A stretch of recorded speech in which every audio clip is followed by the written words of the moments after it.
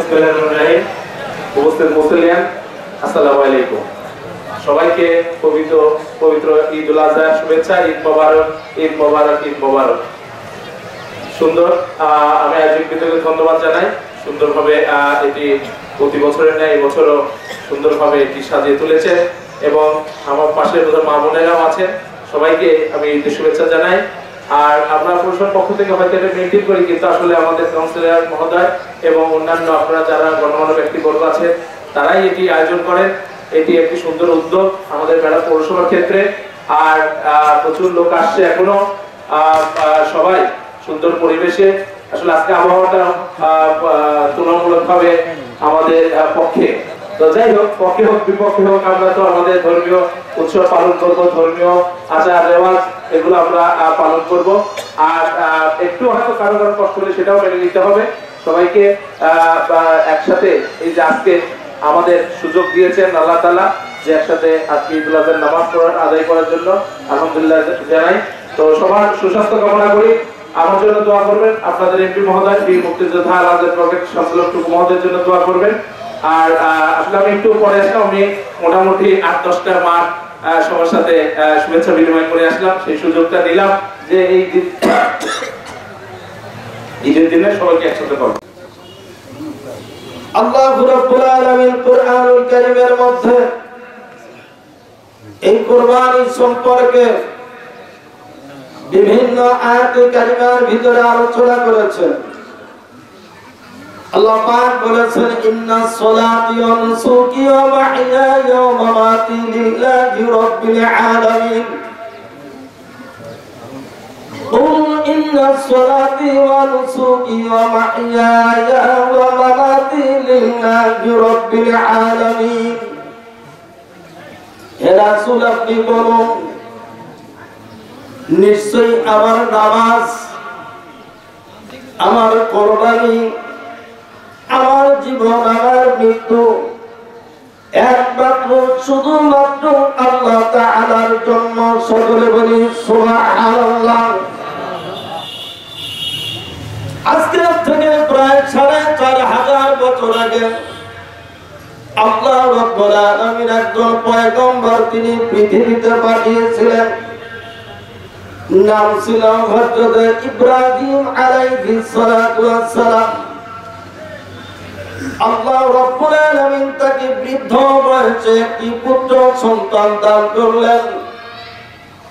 ইব্রাহিম আলাইহিস সালাতু ওয়াস সালামের বয়স যখন 86 বছর, সেই সময় আল্লাহ করুণা করে দয়া করে একটি পুত্র সন্তান দান করলেন। নাম রাখলেন হযরত ইসমাঈল আলাইহিস সালাতু ওয়াস সালাম। আল্লাহ পাকের অপার মহিমা, বৃদ্ধ বয়সের একমাত্র সন্তানকে আল্লাহ বললেন নির্বাসন দিয়া দাও। নির্বাসন দিলেন। দেখতে দেখতে 12 বছর কেটে গেল। 12 বছর বা 13 বছর এইরকম মতান্তরে বজায় এই সময় আল্লাহ তিনি কি করলেন? তিনি স্বপ্নে দেখালেন, ইব্রাহিম নবীকে স্বপ্নে দেখালেন, ইব্রাহিম তোমার পুত্রকে তুমি কোরবানি করো।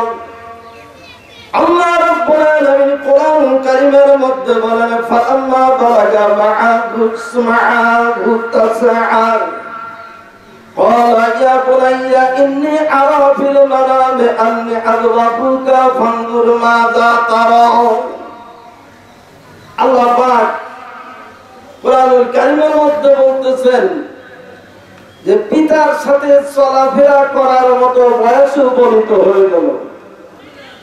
ফালাম্মা বালাগা মা'আহু সা'য়া,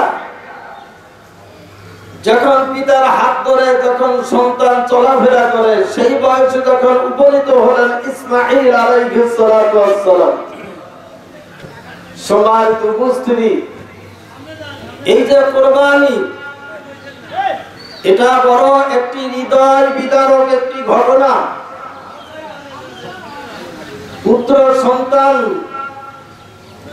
বা কন্যা সন্তান যেই হোক না কেন, সন্তান যখন বাবার হাত ধরে হাঁটা চলাফেরা করে, বাবার কেমন লাগে সেটা বাবাই অনুভব করতে পারে। তো ইসমাঈল আলাইহিস সালাম বাবার হাত ধরে হাঁটা চলাফেরা করা, দৌড়াদৌড়ি করা, কথাবার্তা বলা, এই বয়সে যখন উপনীত হলেন, ওই সময় আল্লাহ পাক ইব্রাহিম আলাইহিস সালামকে স্বপ্ন দেখালেন, তুমি কি করো? তুমি তোমার প্রিয় বস্তুটাকে আমার নামে কুরবানি করে দাও। সকলে বলি সুবহানাল্লাহ। ইব্রাহিম নবী বুঝতে পারলেন প্রিয় বস্তু কি। যদিও প্রথম দিন স্বপ্ন দেখার পরে তিনি কি করলেন? 100 উট কুরবানি করলেন। এরপরে আল্লাহ স্বপ্ন দেখালেন, আবার তিনি 100 উট কুরবানি করলেন। আবার স্বপ্ন দেখালেন, আবার 100 উট কুরবানি করলেন। পরবর্তীতে আল্লাহ বললেন, তোমার সবথেকে প্রিয় বস্তুটাকে কুরবানি করো। আল্লাহর পয়গম্বর ইব্রাহিম বুঝতে পারলেন, আমার সবথেকে প্রিয় বস্তু হলো আমার একমাত্র সন্তান।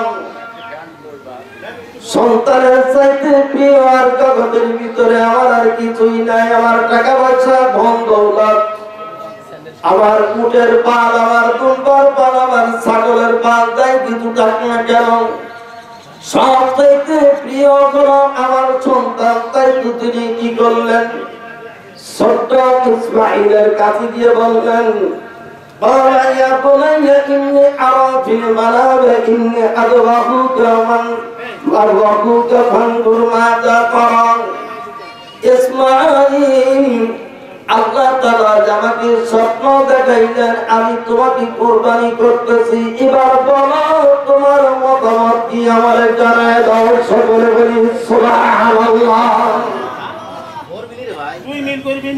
ছোট সন্তান, ছোট সন্তান দেখেন এইমাত্র যে চলাফেরা করা শুরু করেছে, সেই সন্তান কি জবাব দিলেন দেখেন। ক্বালা ইয়া আবাতি ফাআল মা তু'মারু সাতাজিদুনি ইনশাআল্লাহু মিনাস সাবিরিন। সকলে বলি আল্লাহু আকবার। সবেমাত্র হাঁটা চলাফেরা করে আল্লাহর পয়গম্বর যারা, ছোট্টবেলা থেকে আল্লাহ পাক তাদের মন মগজ, তাদের মানসিকতা, তাদের শারীরিক গঠন, তাদের চলাফেরা, তাদের আখলাক, তাদের সমস্ত কিছু আল্লাহ পাক আগের থেকেই তৈরি করে দেন।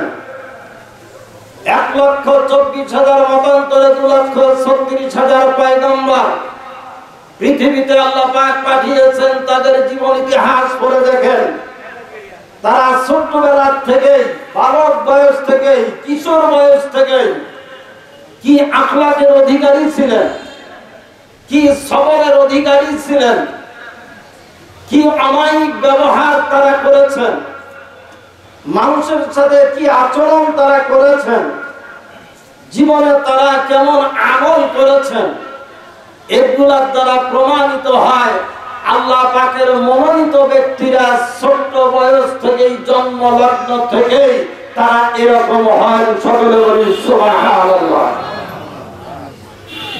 আল্লাহর পয়গম্বর ইসমাঈল দেখেন ছোট্টবেলায়, এত ছোট মানুষ, মাত্র 12 বছর বয়স। এই বয়সে তিনি জবাব দিয়ে দিলেন, হে আমার পিতা, আপনি আল্লাহ পাকের পক্ষ থেকে যা আদিষ্ট হয়েছেন, আপনি আপনার কাজ সমাধান করুন। আপনি মেহেরবানি করে আমাকে ধৈর্যশীলদের ভিতরে পাবেন। সকলে বলেন সুবহানাল্লাহ। আমাকে ধৈর্যশীলদের ভিতরে পাবেন। আমি দৌড়াবো না, কান্নাকাটি করবো না, প্রাণ ভিক্ষা চাইবো না, আমি আপনার কথার অবাধ্য হব না। পয়গম্বর আল্লাহ পাক যাদেরকে বানিয়েছিলেন, তারা ছোট্টবেলা থেকে পিতার বাধ্য ছিলেন, কেমন অনুগত ছিলেন। তাই বলতেছিলাম, আজকের যেই ত্যাগের মহিমায় মূর্ছনায় আজকে আমরা সকলে অবগাহন করছি, ত্যাগের মূর্ছনায় আবেগ আপ্লুত হয়ে আজকে আমরা ঈদুল আযহা উদযাপন করতে যাচ্ছি। এই ত্যাগ 4,500 বছর আগে আল্লাহর পয়গম্বর হযরত ইব্রাহিম আলাইহিস সালাতু ওয়াস সালাম করে গিয়েছিলেন। সকলে বলি সুবহানাল্লাহ। আমি মাহবুবদের সবাইকে তার্থে জানাচ্ছি, আমি আপনাদের মনোযোগ আকর্ষণ করছি, আপনারা মেহরবানি করে আপনাদের যে জায়গা ওখানে করা আছে আপনারা ওখানে গিয়ে বসবেন। সমস্যা হলে দক্ষিণ সাইডের ওই পর্দাটা একটু সরাই দেবেন, তাহলে বাতাস লাগবে। কেননা ও সাইডে পুরুষ মানুষ যাবে না, আর পুরুষদেরকে বলতেছি মেহরবানি করে ওদিকে যাবেন না। আপনার বিবিকে আপনি ওই সাইডে পৌঁছা দিয়ে এদিকে চলে আসবেন, আপনি ওদিকে যাবেন না। সম্মানিত উপস্থিতি, তাই আজকে সেই ত্যাগের ইতিহাস আমাদেরকে কি শিক্ষা দিয়ে গেল। বর্তমানে দেখেন বিভিন্ন জন বিভিন্ন কথা আলাপ আলোচনা করে। একটা কথা আছে, মেনি ম্যান মেনি মাইন্ড, যত মানুষ তত মত। আজকে শিক্ষিত জ্ঞানীগুণীরা যারা নিজেকে খুব অনেক শিক্ষিত মনে করে, যারা অনেকে নিজেকে খুব জ্ঞানী মনে করে, তারা মনে করে মুসলমানেরা যে পশু কোরবানি করে এইটা একটা শুধু পশু জবাই করে, পশু ঘাটতি করে। শুধু বাংলাদেশ নয়, শুধু পৃথিবীতে যত মুসলমান আছে এরা পশু ঘাটতি করে। আর এরা কি করে, নির্দয় পাষাণের মতো পশুর গলায় ছুরি চালিয়ে দিয়ে বলে আমরা ইবাদত করলাম। আসলে এই কথাটা কেন তারা বলল, এটা তাদের অজ্ঞতা প্রসূত। এই কথাগুলো যারা বলে থাকে, আমরা যা করি আল্লাহ পাকের নির্দেশে করি।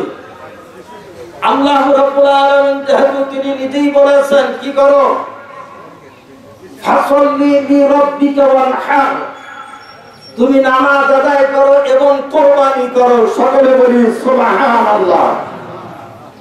তাহলে আল্লাহ পাক নিজেই বলেছেন অনহার, তুমি কোরবানি করো। তা আল্লাহর নির্দেশ আমরা পালন করব নাকি ওই তথাকথিত জ্ঞানীদের কথা আমরা মানব? তথাকথিত জ্ঞানীরা আজকে এই ধরনের উক্তি তারা করে থাকে। আবার তারা বলতেছে যে এই যে এত কিছু তারা মুসলমানেরা এইগুলো করে, তারা যে পশুগুলো জবাই করে, আমাদের মাংস অভাব দেখা যায়, মাংস ঘাটতি দেখা দেবে।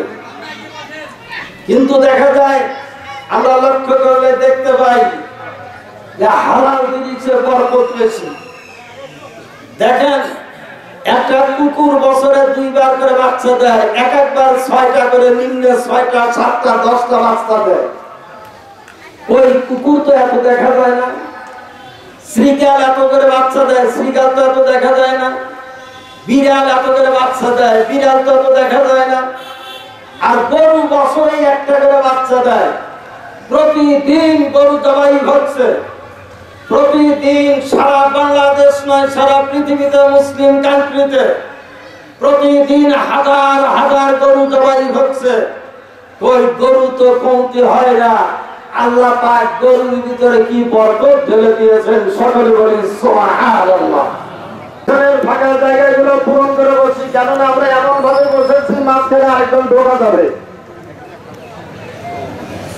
যারা পিছনে আছি দয়া করে সামনে চলে আসি। হয়তো জায়নামাজ বিছাইছি, এখন কেমনে আসি? আপনার জায়নামাজ তুলে নিয়ে আসেন, আপনার জায়নামাজ তুলে নিয়ে আসেন, জায়নামাজ তুলে নিয়ে আসেন, সামনে বিছান। দয়া করে সামনে ঢুকে যাই, আমরা দয়া করে আমরা সামনে ঢুকে যাই। পিছনে এখনো জায়গা হচ্ছে না।